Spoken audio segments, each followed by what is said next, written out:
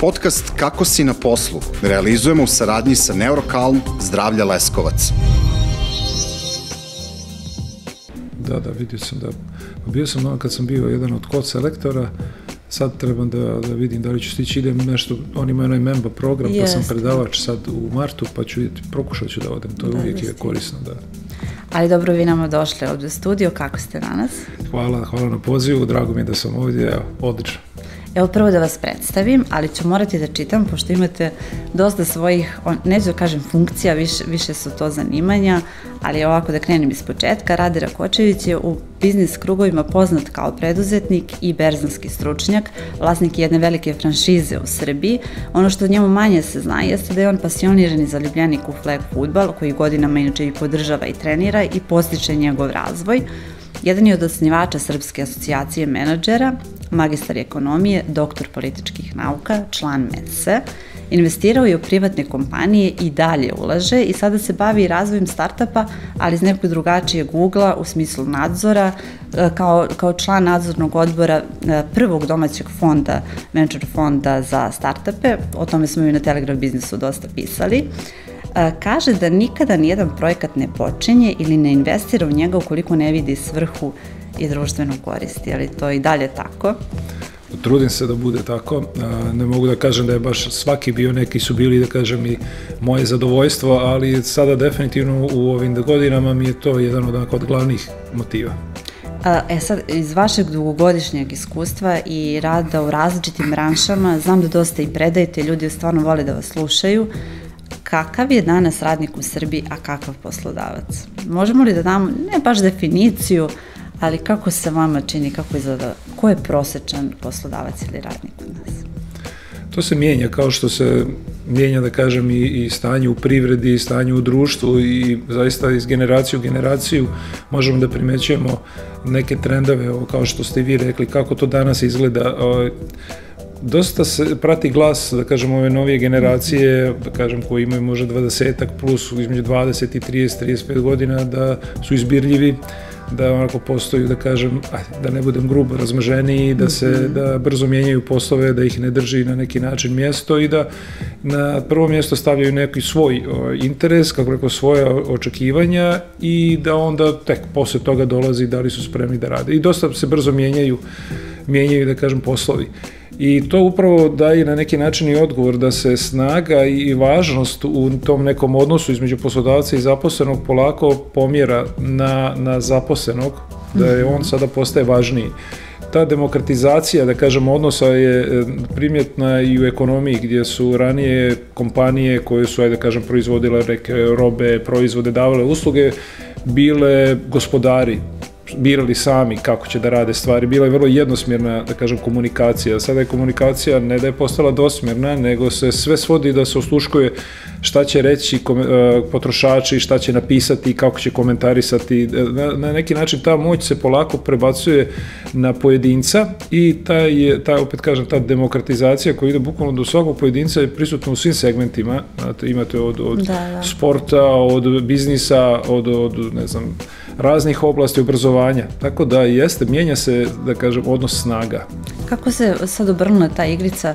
Eto, pričate i da se to dešava skoro u svim sektorima, ali da sada, pošto mi stvarno u podcastu dosta govorimo o tome da je važno i kako se osjećamo na poslu, ne samo kako radimo i obavljamo posao za svoje poslodavce, da sada radnici zapravo više ne gledaju samo da budu sigurni u smislu plate, pa i plaćenog staža, svedoci smo da ovdje i dalje postoje takve vrste problema, da pojedini nesvesni poslodavci i ne ispoštuju radnika u nekim osnovnim stvarima, tako da kažemo.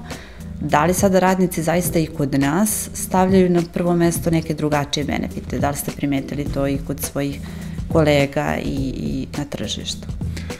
Kada bi sada pogledali to, trebalo bi jedna možda kvalitetnija analiza da se uradi, ali na neki način sigurnost kao ono što svako od nas želi da ostvari u nekom svom životu je uglavnom vezana za, ajde kažemo, krov nad glavom, da postoji ta stambena sigurnost. Sjećate se, svako ko je počinjao samo da imaš stan i kažem, naši roditelji, to je ta, da kažem, eto moje posleratna generacija koji su krenuli i imali mogućnost da dobiju neke kredite i sve to, svima njima je bio motiv da prvo naravno obezbijede za sebe, to je bilo relativno lako, ali onda uvijek bilo da obezbijedi i za svoju djecu. I sad opet, da kažem, mi, naša generacija koja ima djecu, oni isto to gledaju i taj promet nekretnina od tog koncepta srpskog straha, od toga da nemaš krov nad glavom je naravno najviše profitirao, ali vi već kada imate riješen takav jedan veliki problem, a ogroman broj ljudi sada ima te probleme, znate, kada dolaze ljudi u Beogradu, imaju stanove roditelji, ako govorimo o Beogradu kao ili nekim drugim centrima, roditelji se trude da obezbijede gdje oni studiraju, da imaju posle, pa makar najmanji stančić. I već to daje jedan komfor i jedan osjećaj sigurnosti da onda može slobodnije da se radi i da se slobodnije ponaša prema poslu, da kažem. Eto. I činjenica je da kažem da nove generacije mnogo više stavljaju taj akcent na neki lični doživljaj, na neke emocije, na neka iskustva, nego na materijalne stvari. To je ranije baš bio veliki onako trend. Sad sam čitao neko istraživanje da se te generacija Z koja su od 90. pa mlađi, da i oni počinju da investiraju u neke luxury proizvode i tako dalje. Znači malo se mijenja, ali dalje je da kažem, promijenjen je fokus. Definitivno. U tom smislu znamo i vi i ja da dosta kompanija sada i u regionu naročito ide u akvizicije zbog ljudi, kažu da im nedostaju ljudi, ne toliko profit koliko nemaju dovoljno radne snage, dovoljno kvalitetne radne snage. S tim u vezi zanima me šta je se desilo sa lojalnošću kompanijama, odnosno šta znači danas biti lojalan radnik firmi ili možda da s druge strane, drugi ugao gledamo da li, na primjer, dužina staža u nekoj kompaniji garantuje da taj radnik zaista i zaslužuje da bude tu, da li on zaista ima prednost odnosno nekog novih radnika koji je sad potrebno uvesti u ceo sistem. Kako vam deluje? Sjajno pitanje, odlično pitanje. Baš mislim da je koncept u kome je korona prije svega dovela do toga da je veliki broj poslova počeo da se obavlja od kuće, što bi rekli remote. Vi ste dobili do situacije da su ljudi, pogotovo u IT-u, mogli da promijene posao, da ne ustanu sa stolice. Znate, da on prihvati samo drugi posao za 100, 200, 300. I tu sam prvi put u tim IT kompanijama čuo upravo da kaže kako su se oni žalili prije već jedno 5-6 godina, da im ljudi odlaze za par stotina eura, ali kako bi rekao, zašto da ne? To je prosto tako. I ovo je dobro pitanje. Drugo pitanje je odlično, znači, ta pitanje lojalnosti. Ako je neko toliko dugo u nekoj firmi, da li je to znak da je on dovoljno kvalitetan? Da, kako bi rekao, nikoga nije ni tražio da promijeni posao ili je on baš toliko lojalan i to sve dobro pitanje. Nemam odgovor, ali...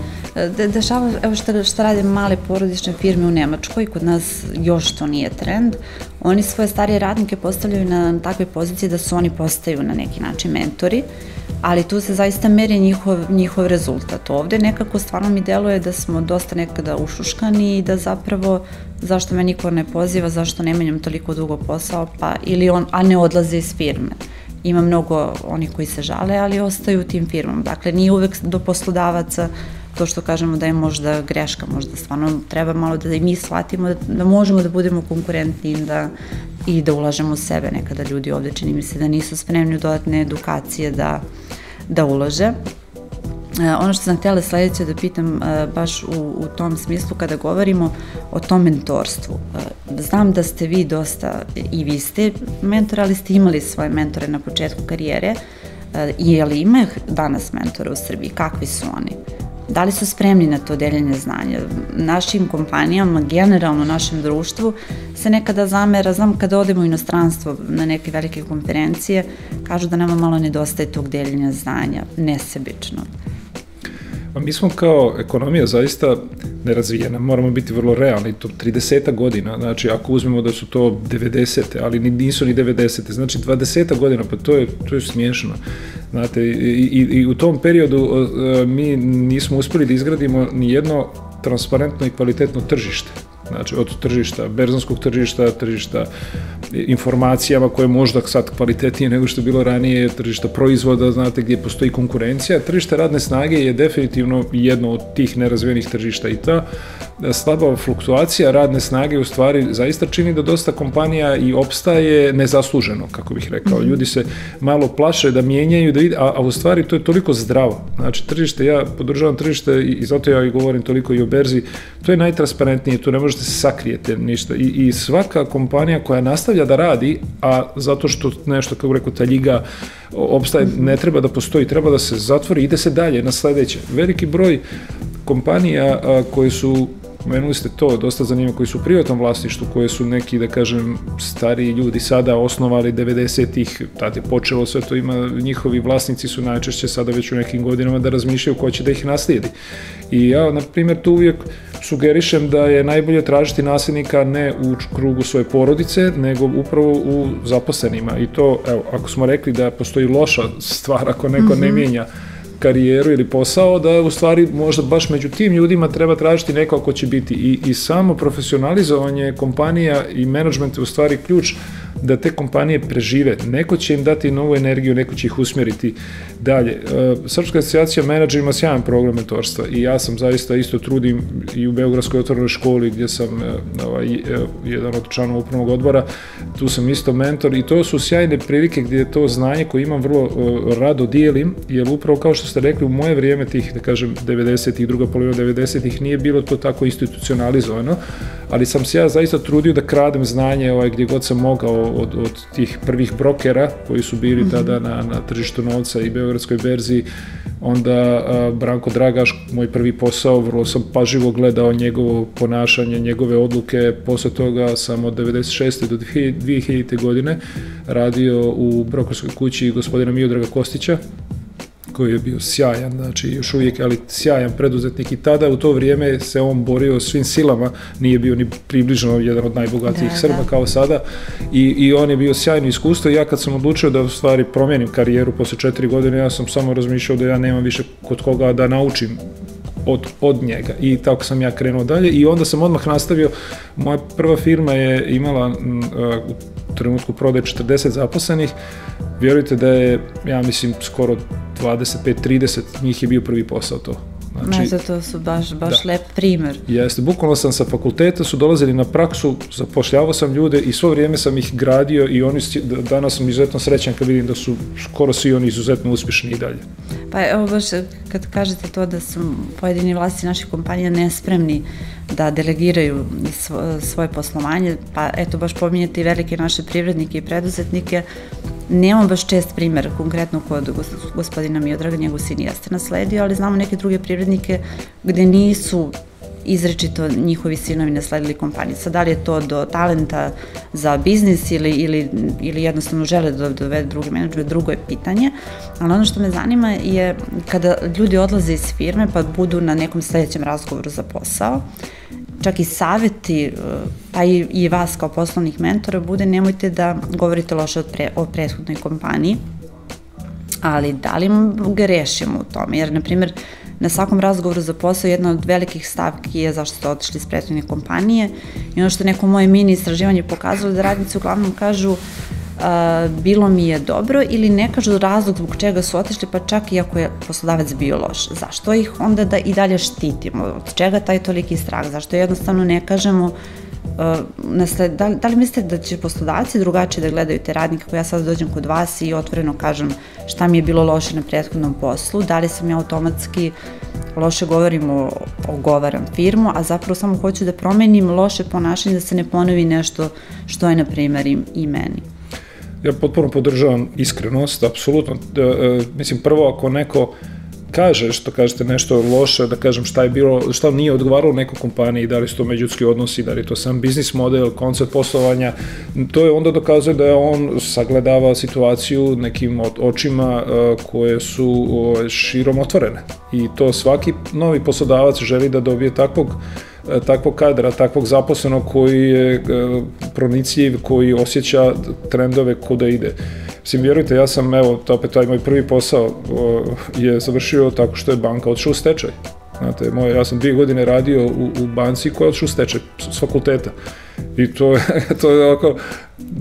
Htjela sam samo digresiju, velika priča se pominje oko direktora Disneya, to jest direktora korporativnih komunikacija, gde je zapravo bila najveća kriza u vreme kad je on došao i morao da ode, a imao je najveću platu, a najmanji staž. Mislim, da nije uvek pravi trenutak, zato sam samo nasmejala. Da, pa jeste. I to je, da kažem, eto, isto je jedna pozicija gdje je logično da vaš, da kažem, karijera naredna, da, radio sam u banci koja je otišla u stečaj i ja sam isto, da kažem, dio tog neuspjeha, Ja sam uspio svojim odnosom prema klijentima, jer je MK Commerce bio jedan od klijenata te banke, oni su rekli, vidio, momak je sjajan, dajmo mu šansu. Tako da sam upravo u brodu koji je tonuo, ja sam uspio da kažem, pokažem kao neko ko je vodio računa o drugima, da kažem. I tako je to došlo, tako da apsolutno je moj savjet biti vrlo iskren. Vrlo je važno kod izbora narednog posla, u stvari svakog posla, ako sad neko razmišlja čime da se bavi, da bude vrlo iskren prema sebi. Ja sam i doktorirao, to ste rekli, ali ja sam imao 10 godina da doktoriram, uspio sam da završim 2 dana prije isteka tih 10 godina, zato što sam faktički 9 godina nisam ništa radio. A baš sam mnogo želio da doktoriram, ali nisam uopšte želju da sjednem da uradim. I onda sam pročitao jedan sjajan tekst, gdje je rečeno da ne treba da radiš ono što mnogo želiš, nego ono zašto si spreman da se žrtvuješ. I mislim da ljudi treba budu, zašto si spreman da noći ostaneš budan. I ja kad sam taj tekst pročitao, onda sam ga ja malo okrenuo, znači ako hoćeš stvarno da doktoriraš, onda moraš da budeš noću budan. I ja sam ostajao 2 ili 3 noći budan, nisam spavao uopšte, rokovi su bili užasno kratki, ja vam kažem, tu nema pomjeranja, uspio sam da ga završim i vrlo sam bio ponosan na sebe i od tada uvijek i svakome savjetujem, znači radi ono što si spreman noći da budeš budan. Da li je to igranje igrica? Vi znate da sada ljudi zarađuju, bilo je prije par godina, više od Đokovića zarade ljudi koji igraju Fortnite ili neke turnire. Da, i pripremaju se kao sportisti. Tako je. Biti sjajan obućar, biti slika, biti fotograf, biti muzičar, pa to je sad sjajno. Ovo vrijeme je stvarno vrijeme koje daje toliko prilike da ako si unikatan i poseban i kvalitetan i iskren prema sebi, a onda drugi to prepoznaju da možeš da napraviš sjajan posao i da uživaš u njemu. Lep savjet, ali evo kad smo već kod tog uspeha, mnogi govore, pretpostavljam i vi i na vašim predavanjima, govore o uspehu, kako prevazići sve stepenike do uspešno završenog posla, kako komunicirati, ali šta je taj strah od uspeha? Da li postoji to kod nas, da li se prepoznaje i zašto svi govorimo o neuspehu i kako ćemo ga prevazići, a uspeh nekako kao da nije činjenica, da neki ljudi zapravo se najviše i plaše šta ako se stvarno to sve desi što želim. Da, isto sjajno pitanje, rekao sam vam kad sam dolazio da me to apsolutno privuklo i da dođemo ovdje kod vas i da razgovaramo. Pa prvo, sam strah je odlična, je vrlo važan da se razgoliti, da se otkrije. Ja sam mnogo razmišljao u mojoj karijeri počeo sam, odrastao u selu Domaljevac kod Bosanskog Šamca, to je sada selo, mali gradić, ali znate i odatle dođem do toga da napravim jedno najvećih brokerskih kuća u regionu, da imaju promet više od 1 milijardu evra, da budem na njujorškoj berzi sa presjekom njujorškoj berzi. Znate, i onda kad čovjek gleda nazad, mora da bude malo iskren, ne samo da kaže što sam ja pametan, nego šta je tu bio razlog. S druge strane sam ja već 90. faktički, kako je izbio rat u Bosni, onda smo mi svi morali da izbjegnemo. I ja sam 6 godina, faktički 4 do 6 godina bio u nekom statusu izbjeglica. Moji su porijeklom iz Kolašina, tamo se preselili, imali smo, kako rekao, neki krov nad glavom. Ali onda nekako sam shvatio da u stvari čega čovjek da se plaši, kada eto, izgubili smo sve što smo imali, osim, eto, kažem, života, koji su u stvari, naravno, najvažniji. I onda nikad nisam osjećao strah. I ima veze i to što su moji roditelji prosvjetni radnici, otac je bio i direktor škole u tom selu i na neki način sam ja to neko samopouzdanje dobio već od malih nogu. Drugačiji je to odnos u maloj sredini i vrlo su mu bili poštovani i moj otac je uvijek bio vrlo i prijatan i sve je to odrastanje je bilo sjajno, ljudi tamo su bili sjajni prema nama i onda sam ja samo prosto kad sam otišao u srednju školu i na fakultet bili su svi razlozi, argumenti da ja ne budem ovakav kakav sam, ali ja sam baš se ponašao potpuno suprotno. Sjećam se scenu kad sam zvao satima, sam okretao telefon Sintelona da ih pitam da budu naši klijenti, da su me kolege onako ismijavale kao šta drži telefon, a nikomu se ne javlja i kad sam ih konačno dobio, ja sam ugovorio posao da su oni zinuli kao šta si ti ugovorio sa 25 godina, na primjer. I to su sve stvari da mene to apsolutno nikad nisam osjećao strah.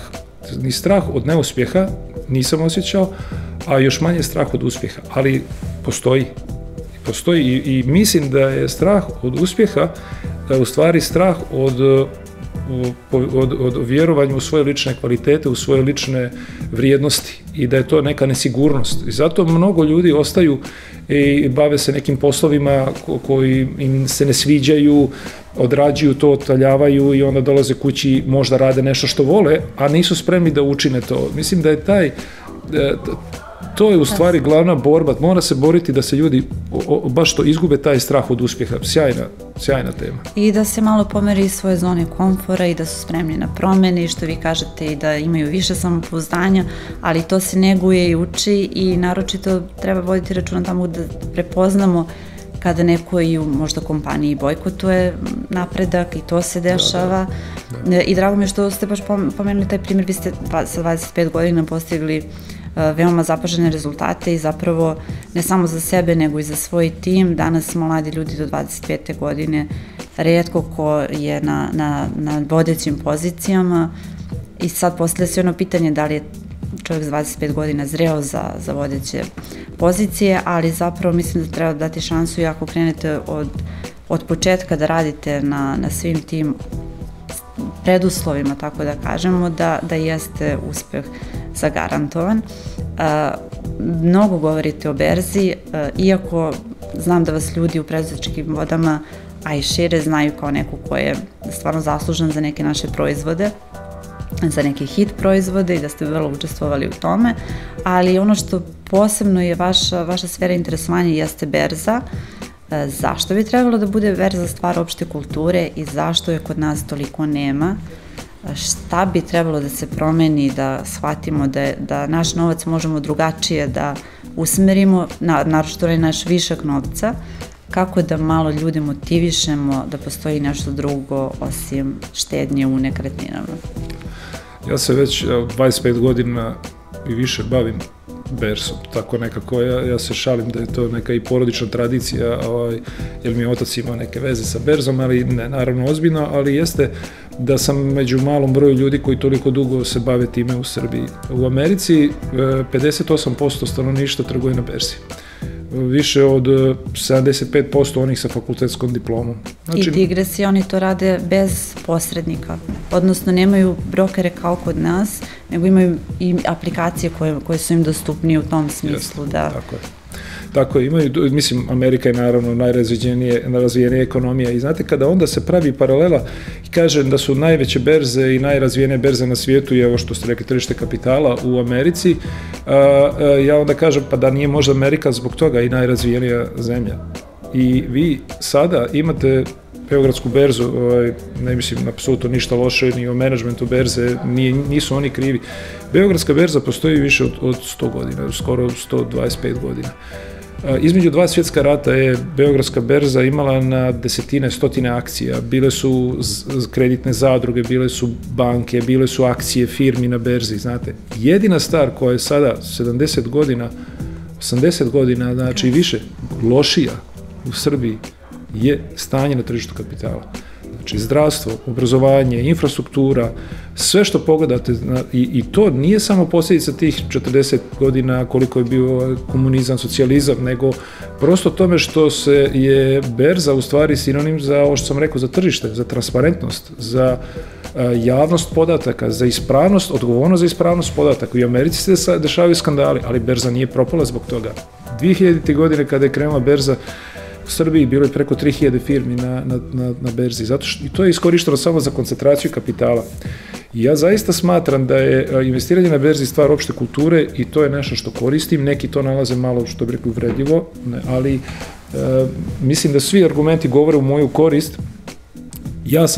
Ja sam potpuno drugačiji čovjek zato što sam na berzi toliko dugo. Ja kada sam prodavao svoju brokersku kuću 2007. ja sam je prodao po evaluacijama kakva niko nije uradio nikad u Srbiji. Zato što sam ja imao to iskustvo sa berze. I ja sam znao kako se pregovara, znao sam kako se vrednuju kompanije. I sada je broj ljudi, baš sam juče pričao sa mojim bivšim zaposlenim koji je direktor jedne brokerske kuće, on misli da u Srbiji na berzi trguje svega 5-6 hiljada ljudi. Ako ne i manje, da. Da. Kriptovalutama trguje skoro 200.000. Je trgovalo, znači 200.000. I sad je to sjajan začin. Da, kad vidite da su spremni na rizik ove vrste, nisu spremni na rizik koji je, da. Sjajno, isto, ali šta je to? Znači, naše ljude motiviše profit, motiviše velika zarada, zato svi kupuju bitcoine, eteriume, zato su gubili novce, zarađivali, rudarili, sve su mogli da urade. A sada kada kažete nekome da je indeks američke berze, taj S&P, koji je presjek 500 najvećih kompanija u Americi, da je on rastao u zadnjih 30 godina 10% godišnje. Kad se oduzme inflacija, o čemu smo pričali, to je u prosjeku 7% godišnje. Znači da ste kupili indeks, da niste birali akcije, vi biste imali 7% čiste zarade iz godinu u godinu. I sada se ta svijest polako mijenja, ja stvarno držim i te edukacije i dosta pričam o tome da je to bitno i vjerujte, najviše se radujem kada mi dođu ljudi koji su mlađi od 18 godina, koji još idu u srednju školu i oni dođu slušati. Da, ima ih, ne možete vjerovati. Ima i starijih, ima i ljudi koji su doktori, ljudi koji se bave drugim poslovima, koji žele da nauče tu stvar. Jer ja zaista vjerujem, mi smo slamaricocentrična privreda i što vi kažete, i bankocentrična i betoniramo imovinu, znači izlaz u nekretnine, ako uzmemo da svako, ja uvijek kažem, svako treba da ima stan u kome živi i ako želi da ima još jedan stan, evo, za svoju djecu ili tako da je, sve preko toga je čisto gubljenje, znači gubljenje potencijalne profita i zarade i to je ono protiv čega se bori. A u tom smislu, koji su vaši savjeti za štednju u ovo vrijeme kada svi pozivaju na štednju, svi svetski ekonomisti, pa i Narodna banka vodi se merama drugih centralnih banaka, kažu da je štednja možda u dinarima nešto što bi trebalo pratiti, ali šta vi mislite osim tih, za običnog čoveka, kako bi mogao da štedi? Da, pa prvo, mislim da je štednja, kao, bez obzira koliko neko ima novca, treba da proba da počne da štedi. Su razna pravila postoje, izdvojite 10% čim dobijete platu ili nešto, stavite sa strane i kao da ne postoji. Uvijek treba imati neku gotovinu, ja sugerišem, treba imati najmanje 6 mjeseci vaših mjesečnih troškova u gotovini sa strane. To može bude oročeno u banci, da može odmah da se podigne, ali to je ključno. Znači, ako biste sad ostali bez posla, da imate da preživite 6 mjeseci. To je. Drugo, vrlo je važno da moja prva investicija je bila $2000. Ja sam toliko počeo da investiram. Percepcija ulaganja na berzi je kao da su to potrebni neki veliki novci. Ne, na berzi je vrlo važnije koliko dugo ćete investirati, važnije od toga koliko ćete novca investirati. Znači, ako je rođendan vašem djetetu, ako negdje ima nešto, verujte, bolje mu dajte pare da stavi na berzu. Pa i ne znam, ljudi ima velikih kompanija, jedna je, ali $500 koštaju njihove akcije, a tih $500 se izgubi. Tako je, pa eto i sve su te akcije i Microsoft košta $240, Apple je 120, sve su to vrijednosti, sad ima ta brokerska provizija, to što ste rekli u Americi je jednostavnije, kod nas je to malo skuplje, ali to ne treba da ljude opterećuje, to će se zaboraviti ako dugo držite taj novac. Tako da ja mislim da je investiranje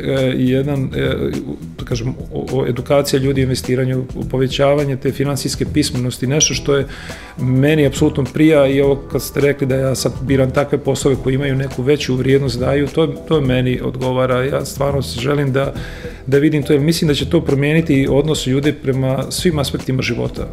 Od ekologije, od obrazovanja, od politike, od biznisa, kako vode svoje živote, kako vode svoje radno vrijeme. Mnogo je interesantno kad ste, suvlasnik akcije, imate akcije Apple-a i sad hoćete kupiti telefon. Pa onda vam je nekako normalno, ipak posebno drugačija je svest, naravno. Jedna druga stvar o kojoj sam, nije baš druga, ali još jedna od koje sam s vama htjela da razgovaram je zapravo ta sfera sporta. Šta je, možete li u kratkim crtama da nam kažete šta je vaša vizija flag fudbala u Srbiji, kako može da se razvija, ali ono što me dodatno zanima je da li tu možemo da merimo uspjeh u smislu šta biznis može da nauči od sporta i obrnuto?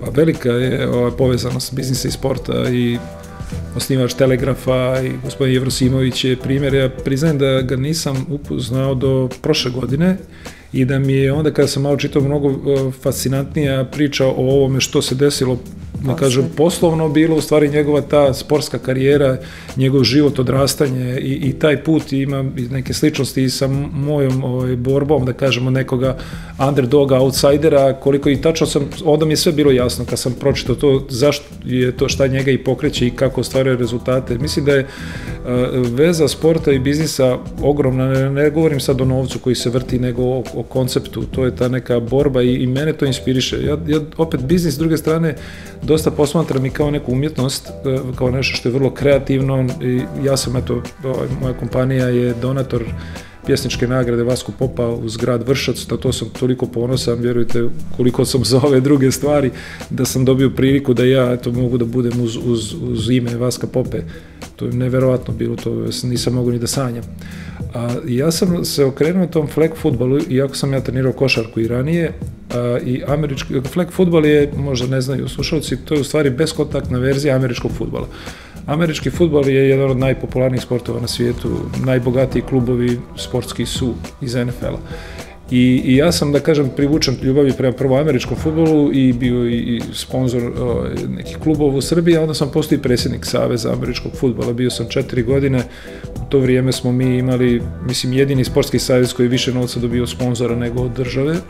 Da, i to sam, bili smo 7. u Evropi, 15. u svijetu, znači za sport koji je užasno skup i sve to sjajno. To me toliko privukla, ti ljudi koji su igrali taj sport, i mladi momci, to je nevjerojatna njihova energija, predanost, oni nisu bili plaćeni, oni su amaterski igrali taj sport i davali sve od sebe. Tu sam se faktički još više zaljubio i onda sam napravio, da kažem, jedan iskorak. Napravio sam svoj klub američkog fudbala, Novi Beograd Orlovi, koji se fokusirao na flag fudbal. I flag fudbal je sport koji raste možda i najviše u posljednjim godinama, najviše i u Americi i u svijetu, zato što je uzeo najbolje od američkog fudbala, a i odbacio ono najgore, da kažem. Udaranje, povrede, to ne postoji, ovo je neka varijanta šuge, da kažem, igra se 5 na 5, igraju djeca, znači moj klub je krenuo sa djecom od mlađih od 10 godina i mi smo uspjeli, eto za 7 godina bili smo prvaci Srbije u svim kategorijama, sad smo 2 godine uzastopni šampioni Srbije u seniorskom flag fudbalu i znate, evo, rekli ste biznis. I sad, to je jedna priča koja ima svoj. Šta se dešava u zadnje vrijeme, od kad je Los Angeles dobio olimpijske igre 2028. NFL, znači najmoćnija organizacija, mislim, već moćnija od FIFA, je rekla da će da podrži da flag fudbal bude olimpijski sport. Pa je li ima šanse ili su to... Da, šanse su ogromne da se to desi. To će, i sad taj sport u koji sam ja ušao s ljubavlju, trenirali smo ispred arene na livadi i sad treniramo na Bežanijskoj kosi tamo na 11. aprilu, ima 7-8 klubova u Srbiji, oni su sada faktički stavili taj sport, stavit će ga vrlo brzo na mapu, ove godine će da se zna, to će biti po meni kao 3x3 basket, koji nije otkuda postao olimpijski sport i to je jedna ogromna šansa za sve koji žele da probaju taj sport, da faktički budu vrlo, da dođu da učestvuju u olimpijskim igrama. Ja sam postao, od decembra sam i selektor naše reprezentacije u flag fudbalu, zato što sam ja i trener i mlađih kategorija i seniora i evo ja sam selektor, čeka nas evropsko prvenstvo u Irskoj već u avgustu, tako da ja kroz neki moj, da kažem, startup priču sa tim sportskim klubom američkog fudbala, znači nešto što nije ni fudbal ni košarka, ja sam sebe našao u tako na jednoj niši gdje smo stvarno radili sa energijom, sa velikim poštovanjem i roditelja i djece i prijatelja kluba. Mi sad kao startup odjednom dobijamo priliku da se plasiramo na svjetskoj sceni. I to je meni nevjerojatno se otvara, da. Da, ali eto, sada ste i trener, baš kada pominjete tu sponu između biznisa i hajde da kažem, sporta, ne uslovno vaše discipline, kako ih vi motivišete, da li to, evo gledamo Novaka, bilo nam je svetsko prvenstvo u Kataru, kako se sportisti sa uspehom suočavaju ili bore ili neuspehom, ono što smo malo pregovorili, šta to iz vašeg iskustva govori. I s druge strane, ili ima šanse da se privuku dodatni sponzori možda u taj sport? Da li ima interesovanje, da li vam se ljudi javljaju ili je to još uvek, evo kažete, možda budete na svetskim takmičenjima, da li ćete imati dovoljno zainteresovanih ako se dogodi, ako se otvore sve te putevi? tu se sada vraćamo na onu temu koju smo pričali možda prije 15 minuta, strah od uspjeha. Vidjeli ste, Novak je sjajan primjer, ja obožavam da gledam Novakove mečeve i ta borba između dva pojedinca koja je tamo i kada vi vidite kako se njegov protivnik, kao da gledate dobar film za koji znate da će biti happy end. Do kraj, da. Da, Novak je tu i kako se njegovi protivnici onako lome, kako pucaju, kako se Novak vraća. Davno sam pročitao tu njegovu rečenicu koju nalazim dosta sličnosti sa mojim nekim poslovnim pristupom i životnim pristupom, da je jedna od tajni njegovog uspjeha što on faktički zaboravi prethodni poen odmah. I znate, i onda ona njegova rutina kad on udiše, kad se on onako, on je to sigurno savladao tu tehniku, da li je promačio meč koji je bio 100% prilika da pogodi ili odradio neki fantastičan poen, on ga zaboravi i on naredi, i vrlo rijetko mu se dešava da utiče na njega prethodni poen. On napravi neku grešku, oservira se. I to je vrlo slično sa berzom, znate, na berzi ja sam obavio hiljade transakcija. Ja ne znam da li postoji neko ko je to od svojih sportista koji ima više grešaka od mene. Znate, to se dešava svakodnevno. Ili sam kupio nešto što nisam trebao, ili nisam kupio nešto što sam trebao. Pa najupečatljivije slike u ekonomiji zapravo ja kada tražim su one sa berze, kako to su ekspresije lica, face i da ne govorimo. Jeste. Ali ja se nosim s tim i ja sam uspješan u tome na kraju. To je poenta, znate, i Michael Jordan je o tome pričao i kako napraviti. I jednostavno taj put u kome se sportisti, kako rekao, resetuju i način na koji se grade kao tim, to je nešto što apsolutno želim da izgradim i u svom sportskom klubu, želim da usadim i svojoj djeci, da ne odustaju, da vjeruju u sebe, da imaju veliko samopouzdanje. I moram da kažem da sam u zadnje vrijeme počeo da izučavam stoicizam, koji bi baš preporučio da svako ko želi da se bavi nekim biznisom ili se nalazi u nekoj fazi životne da pročita, to je sjajno. I shvatio sam da sam cijelog života u stvari bio stoik. Ne znam da li ste imali priliku, to je... Ja, eto sad kad razmišljam o tome, voljela bih da više naučim. Apsolutno preporuka. Evo, zove se Mala knjiga stoicizma, kupio sam je, mislim da je Vulkan izdavač, knjiga je sjajna. Bukvalno je jedna prijateljica otvorila i rekla, hoću ovu knjigu, znači sad ću da je kupim i da poklanjam svima, na primjer, koje znam tu knjigu. Mislim da je taj pristup životu, da svako ima neku u sebi božansku iskru, da treba da svako trudi da bude najbolja verzija sebe, to je ono što treba. I onda rekli ste samo odgovor, kako doći sponzor. Mi faktički, i ja mnogo ljudi poznajem iz svijeta biznisa i ja mogu da naravno i finansiram troškove sporta i tog kluba, ali meni je imperativ da ja probam nekoga da povjeruje u moju priču. I desilo se zaista, evo, Mozart kladionica je sponsor bila prošle godine, znate, i mi smo bili na Ligi šampiona i sad ćemo vidjeti i ove godine još već. Tako da to je kao, ponašam se baš kao startup, gradim nešto i uživam u tome i što kažete, svako u tom procesu, ako je iskren, stvari dođu kako treba. Uostalom, ko će bolje da zna kako se razvija startup od vas, A i htjela sam da samo podsjetim, baš je Kyrgios, ja mislim, rekao sada kada je Novak posljednji put pobedio, da kako sam ja pobedio ovog čoveka, dakle ne ni snaga, nego više um je bio. Da, rekao je, ali samo izvijem se, rekao je, to je najbolje rečeno, ja ću ga po tome pameti, rekao je zato što sam želeo. On je prvi put bio iskren. Neko je napisao da je Novak se promijenio, znači on je prvi put nije bio korektan. Znate tu rečenicu? Zašto ste ga uništili? On kaže što sam to želeo. To je sjajno. Da. To treba da mu zašto je Novak bila? Zato što je to želeo. I hvala vam baš na savjetima koje ste dali, ali evo za kraj, da li možete da mi sumirate 3 do 5 savjeta kako da budemo uspešniji, kako da nađemo balans na poslu, u smislu baš ovo što ste rekli, da gledamo i kada su loši dani i kada su dobri, da izvučemo iz njega najbolje.